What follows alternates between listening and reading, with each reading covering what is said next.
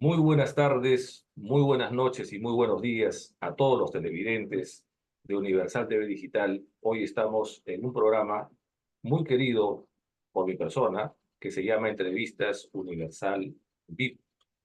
Mi nombre es Ricardo García Montoya, un servidor del medio de comunicación Universal TV Digital. Se llama Entrevistas Universal VIP porque entrevistas son entrevistas muy amenas, muy armoniosas, con amigos, personas que han trascendido, que están trascendiendo y que buscan trascender hacia el futuro. Universal porque pertenece a Universal TV Digital y VIP porque viene de las siglas Very Important Person, que significa personas muy importantes. Y el día de hoy, justamente, estamos con una persona muy importante, no solamente para nuestra casa televisiva, sino también para el país, para el Perú entero y para también los países que él ha estado como profesional, como ser humano. Voy a pasar, antes de cederle la palabra al doctor Eloy Espinosa Saldaña Barrera, voy a presentarlo, un poquito extensa su presentación, como ustedes comprenderán. Él es postdoctor por la Universidad de Bolonia, la más antigua del mundo, y hoy la más importante de Italia, efectivamente, una de las más importantes de las universidades europeas. Doctor en Derecho Convención, sobresaliente, summa cum laude y premio extraordinario en Madrid, España. Ex magistrado y ex vicepresidente del Tribunal Constitucional del Perú.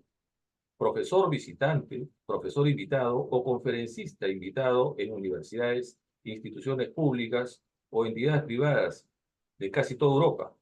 Estamos hablando de Alemania, Italia, Francia, España, Suiza, Polonia, México, bueno, en esta parte de Latinoamérica, México, Argentina, Brasil, Colombia, Chile, Bolivia, Venezuela, es decir, todos los países de la América Latina.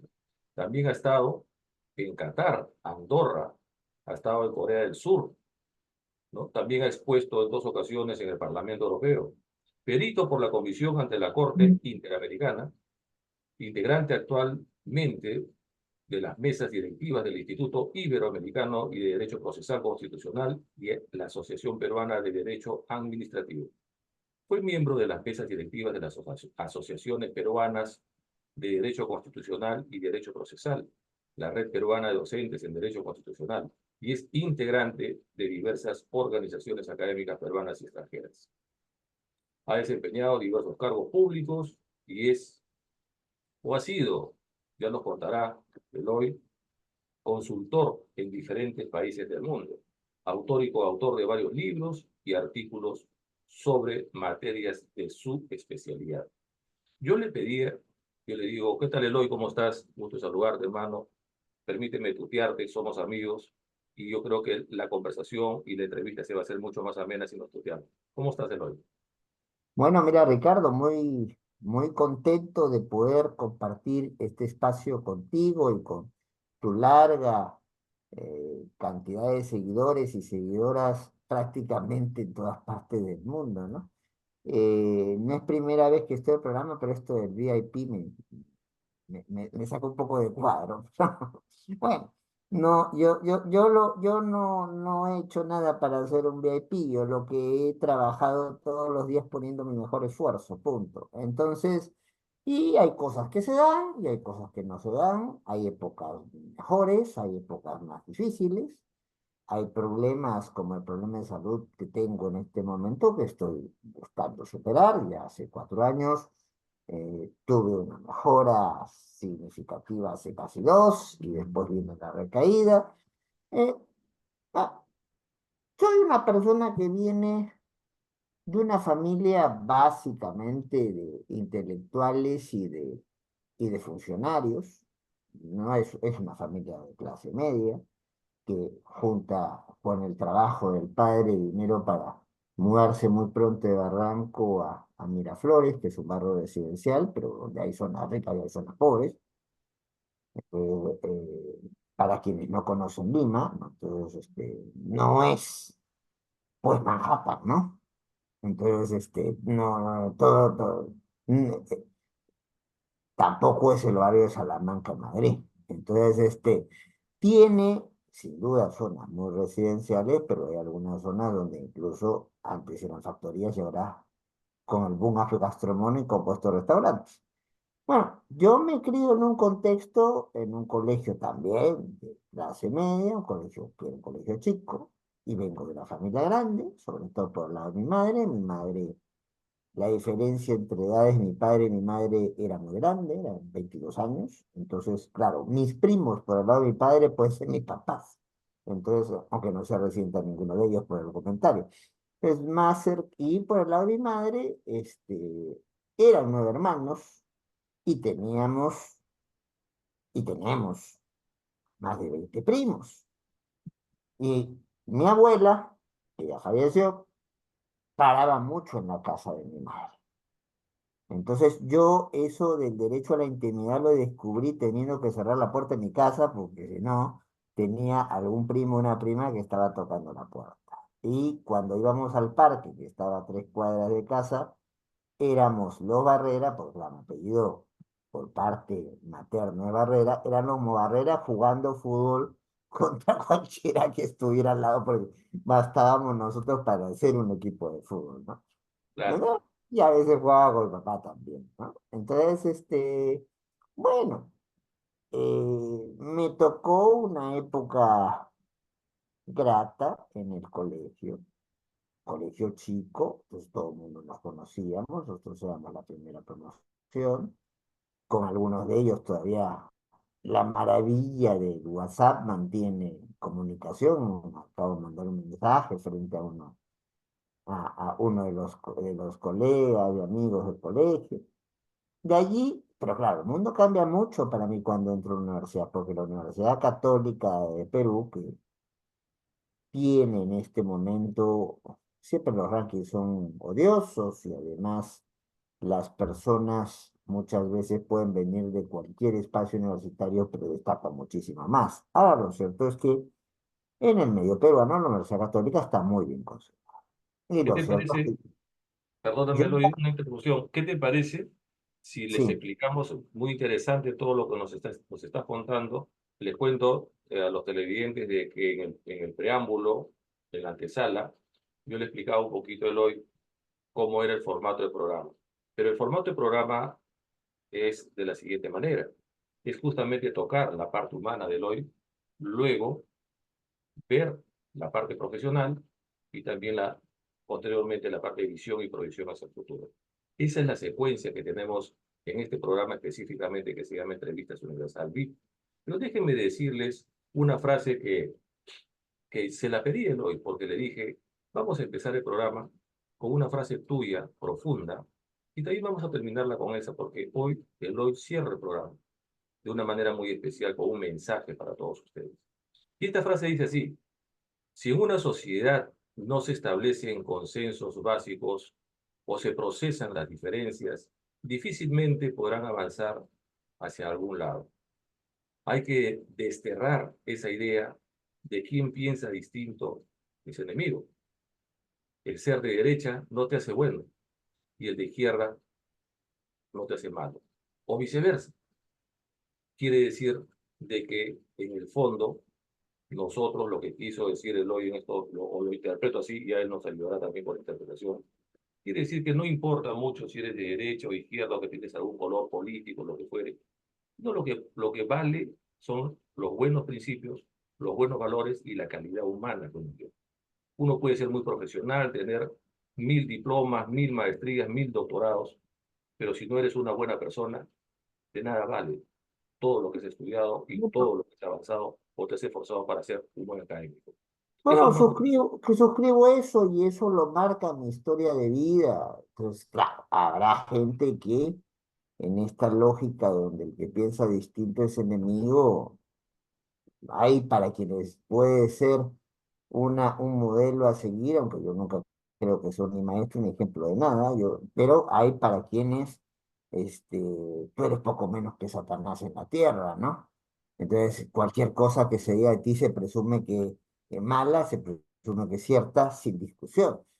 Pero bueno, uno trata de llevarse bien con el mundo, pero no puede contentar tampoco a todo el mundo. Y esto va aparte con la historia de vida y retomo lo que tú mismo me habías pedido tocar. Entonces, entro a un espacio como el de la Universidad Católica, donde pues todo me resulta grande, todo me resulta nuevo. En esta universidad no se entra directamente a la carrera de Derecho, se entra a lo que son los estudios generales de las carreras de letras. Entonces, tienes muchas posibilidades, muchas ofertas. Incluso en algún momento casi me voy de la Facultad de Derecho para estudiar sociología y llevé algunos cursos en sociología.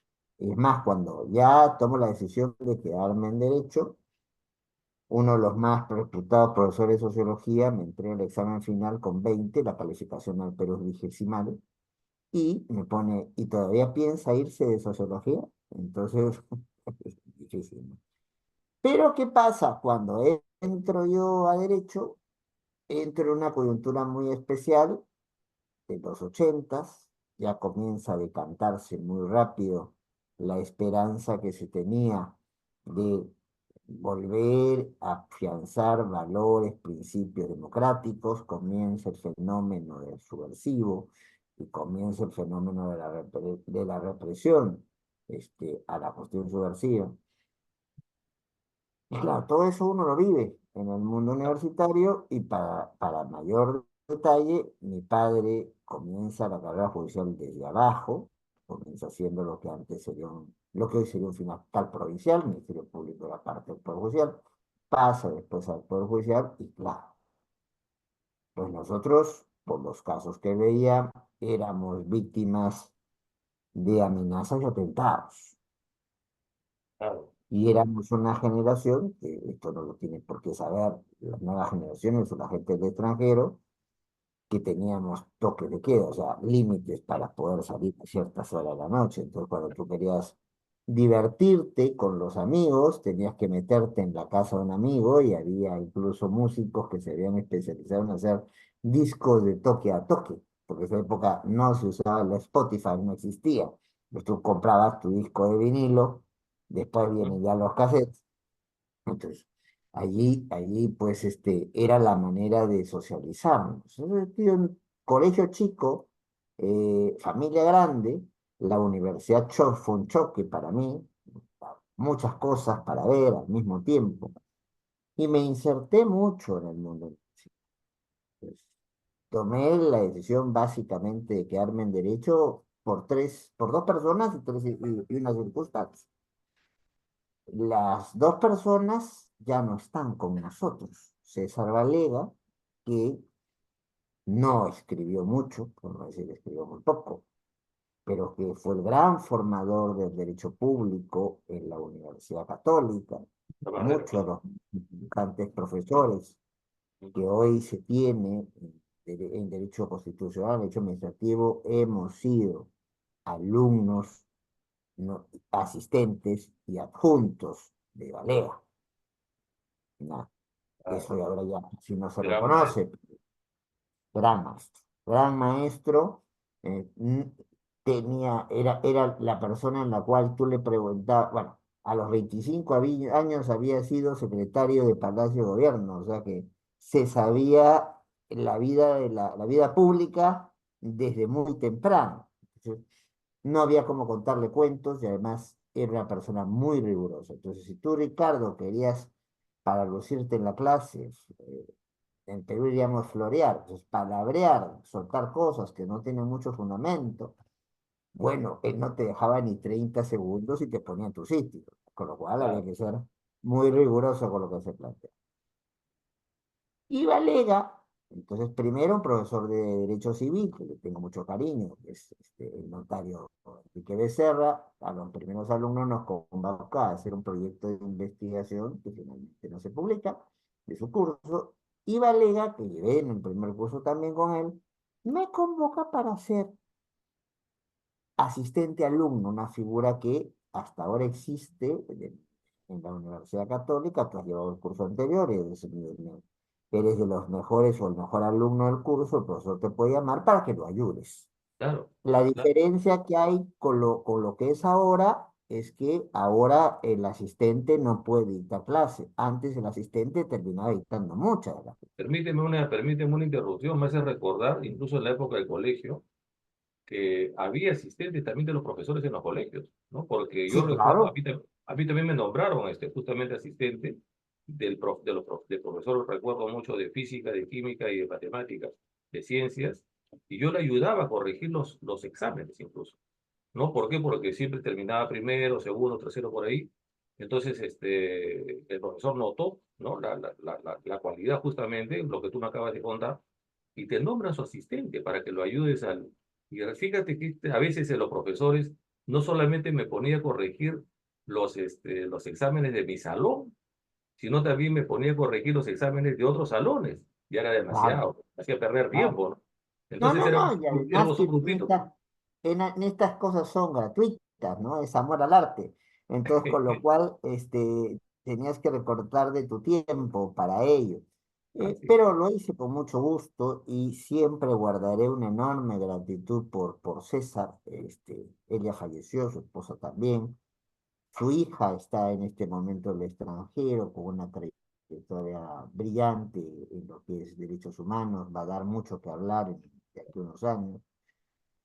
Y luego, pues, llega pues tengo 38 años de mi vida parado delante de una clase de universitaria donde terminaba mi curso X, en ese momento la católica por estas cosas donde lo profesional se convierte en permanente, y el terremoto del 74, derecho deja el centro de Lima y se va a una antigua hacienda, Fundo Pando le llamamos nosotros, y allí ponen unas casetas provisionales en las cuales estudiamos toda la carrera de provisionales, no tuvieron nada.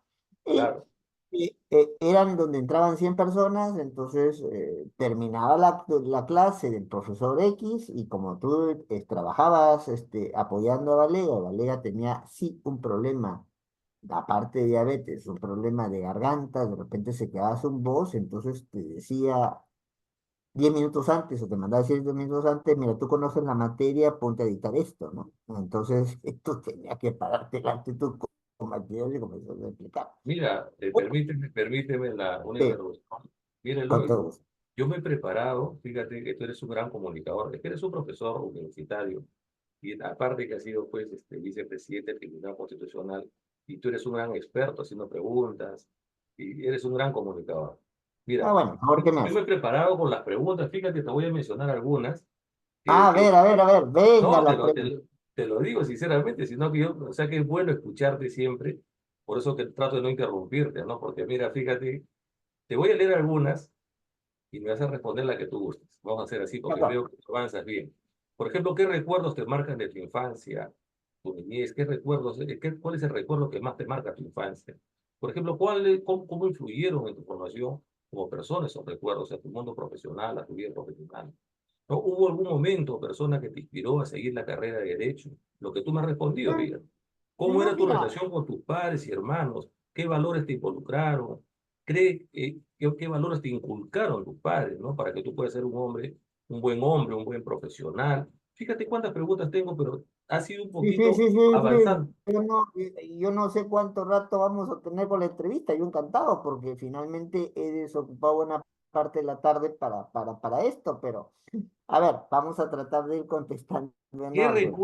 Qué recuerdos te marcan más en tu infancia, Eloy? Queremos conocer ese Eloy, primero niño, luego adolescente, joven. No te preocupes por el tiempo, porque eso nosotros estamos ya calculando el tiempo para poder De terminar. acuerdo, No te preocupes. de acuerdo, de Cuéntame. acuerdo. No, mira, yo tuve una infancia bastante feliz. En el entorno familiar era un entorno muy cariñoso. Claro, obviamente mi papá al principio no trabajaba en Lima, sino en una ciudad cercana a Lima, unos 100 kilómetros en Matucana, entonces teníamos que ir a visitarlos. Y eso me marcó mucho porque, eh, a ver, Matucana es el principio, Lima crece muy grande, Lima está en 200 metros porque hay un acantilado, pero Matucana son 2300 metros y es donde comienzan las minas. Entonces mi papá tenía que ir a todos los problemas que hubiera en las minas, porque era fiscal. Entonces, si se moría alguien en la mina, había que ver si había un incidente, había que ver. Entonces, cuando uno iba el fin de semana para acompañarlo allá, te encontrabas pues con justamente esa realidad que probablemente de otra manera no hubiera conocido. La ¿Mm? realidad del minero, dura, enfermedades mil que tiene la minería, no tiene, la minería formal de aquel momento no tenía los cuidados que tiene la minería ahora, y ya no hablemos de la minería ilegal, que es un tremendísimo problema en el Perú en este momento. Y claro, mientras mi papá iba resolviendo casos, yo iba jugando fútbol con los mineros. Entonces, tuve un trato muy directo con muchos de ellos y pude estar en sus casas, apreciar una realidad. Y eso me marcó mucho, ¿no? Eso me marcó mucho porque significa entender que el mundo no es solamente tu entorno, de tu familia, de clase mediera, sino que hay gente que la pasa duro, la pasa mal, y de entrada, desde la época ya del colegio incluso, pero comencé a hacer mucho trabajo de previsión social, y más de previsión social en términos asistenciales de promoción común, o sea, de tratar de potenciar proyectos, liderazgos dentro de la comunidad y sobre todo, yo creo que, y por eso opté finalmente por el derecho. Los derechos solo tienen sentido si son pensados en favor de los sectores más vulnerables. Y a eso me dediqué. Entonces, cuando, por eso la duda con sociología y derecho, y al final opté por derecho, y ahí viene el otro personaje que me has mencionado, que es Jorge Avendaño. Jorge Avendaño fue dos veces decano de la Facultad de Derecho de la Católica, fue un tipo notorio y notable. Sí, Primero porque fue el que hizo la gran reforma de estudios de derecho en su primera gestión y en la segunda ya era un abogado de estudio, pero que nos dejaba hacer a los muchachos traviesos que querían cambiar la currícula porque estaba desactualizada y fuera de la realidad que se vivía a fines de los 80, que es donde yo estoy básicamente en la universidad. Entonces, nos permitió hacer encuentros de estudiantes y después lo que se llama un claustro pleno, que quiere decir reunión de profesores, estudiantes, donde me tocó ser el representante estudiantil como otro colega que cual le perdí la pista. Entonces, de ver qué se enseñaba, cómo se investigaba, cómo se hacía previsión social en derecho. Un trabajo muy bonito y muy duro, porque además teníamos que hacer un poco de San Martín de Porres, sentar a perro, pericote y gato en los profesores y en los mismos estudiantes. Recuerden que la época de los 80 era una época de efervescencia. En la misma Universidad Católica había gente que se iba de la universidad y se iba para unirse a Sendero, a LMRT, a los grupos subversivos que había en esa época. Y nosotros no éramos lejanos, hicimos incluso una liga entre universidades, no éramos lejanos a lo que pasaba en San Marcos, donde claro, la presencia de Sendero no era solo captar cuadros, sino tener presencia directa.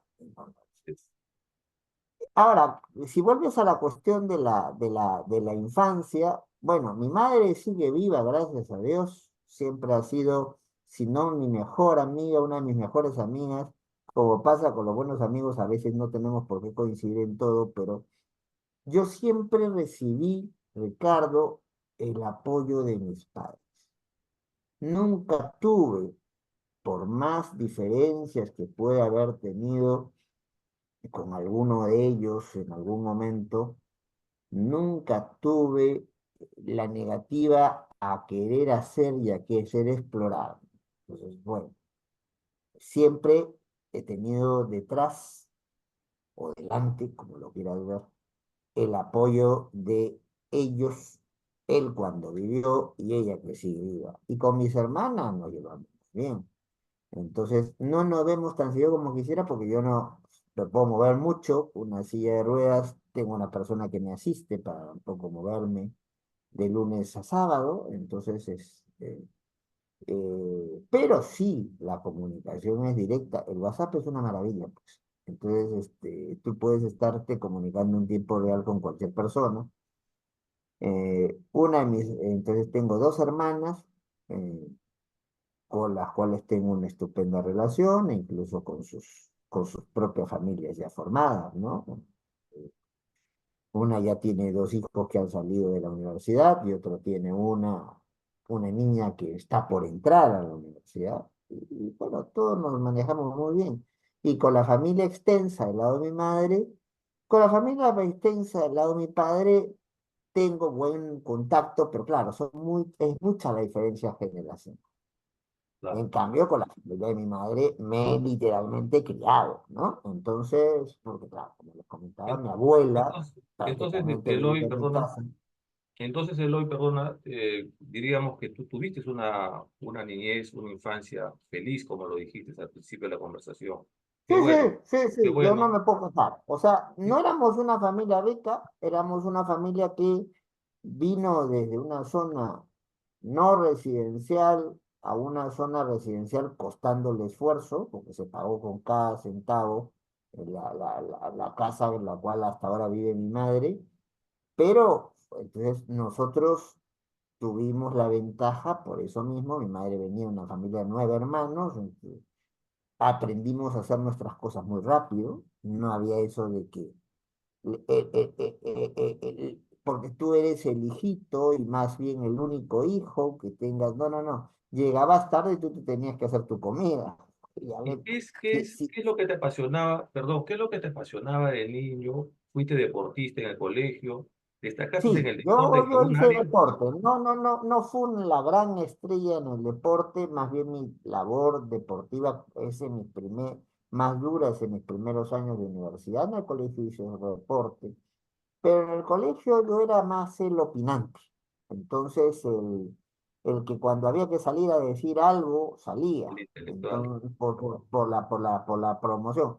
No era de los chancones que sentaban al fondo, ni de adelante, ni de los más juergueros. O sea, yo me sentaba a mitad de la clase, pero cuando había que haber problemas y había que plantarse a hablar frente a un profesor, siempre buscaban que yo fuera el que metiera la cuchara, ¿no? Ah, ya. Eh, de ahí creo que venía la beta del abogado, ¿no? Pues el Ah, abogado es advocatus, es defender causas que uno considere justas.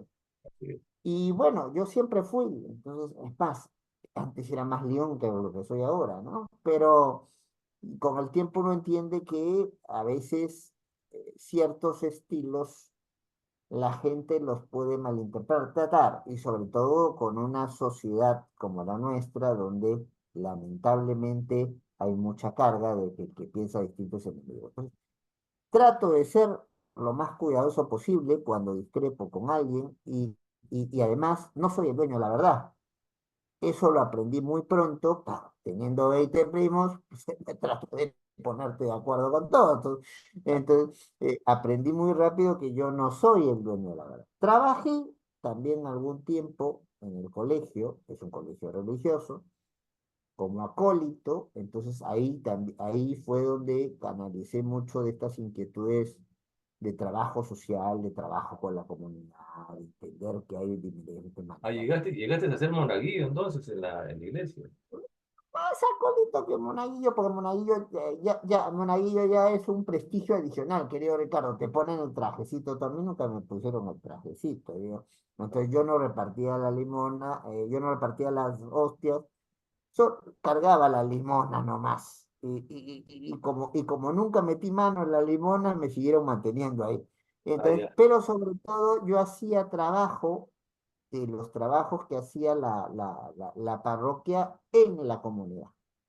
¿Por qué? Porque si bien el colegio estaba cerca de casa, Lima, para quien no conoce la ciudad, es una ciudad que ha crecido de manera muy irregular. Entonces hay zonas pobres que están dentro de zonas que se puede decir de clase media, o la ciudad se fue comiendo los campos que tenía alrededor. Entonces, a pocas calles del colegio todavía tenías gente que trabajaba en el campo, entonces, y que tenía, pues, obviamente, ni luz, ni agua, ni condiciones. Entonces, La misma Universidad Católica, ¿no? La misma Universidad Católica, antes de ser Universidad Católica, era un campo, ¿no?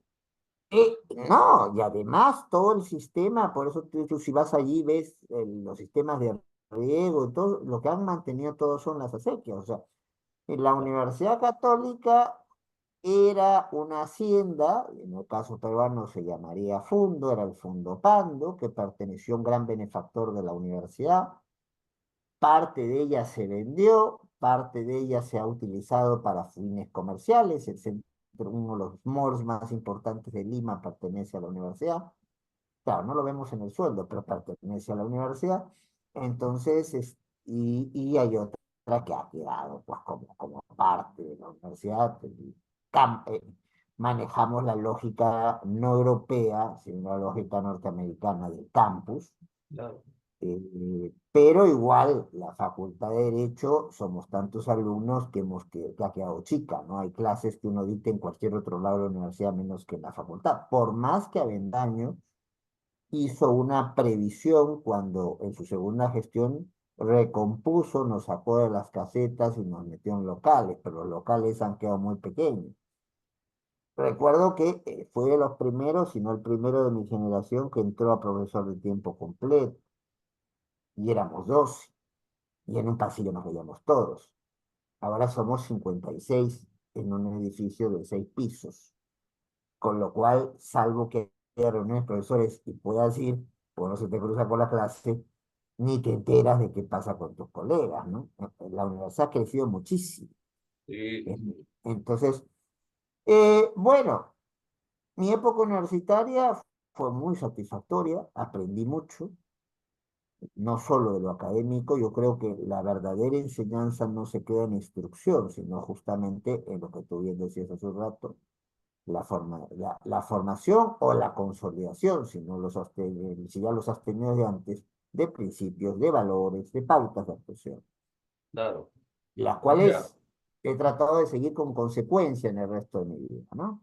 claro, mira, Eloy, eh, hay algunas preguntas, ya estamos yendo a la parte profesional. De eh, acuerdo, Hay algunas preguntas que me gustaría que las respondas en la segunda etapa, pero quisiera mencionarlas antes. Por ejemplo, ¿cuál ha sido tu mayor logro como profesional hasta el momento? Es una. ¿De qué te sientes más orgulloso como ya profesional, como abogado, como ex magistrado, como profesor universitario, ¿no? Y cómo balanceas tus logros como abogado con tus logros de profesor. Estas preguntas vamos a hacértelas justamente en la segunda etapa, porque este tema está muy interesante. Estamos con el doctor Eloy Espinosa Saldaña Barrera y volvemos en unos momentos. con Volvemos todo en gusto. Encantado.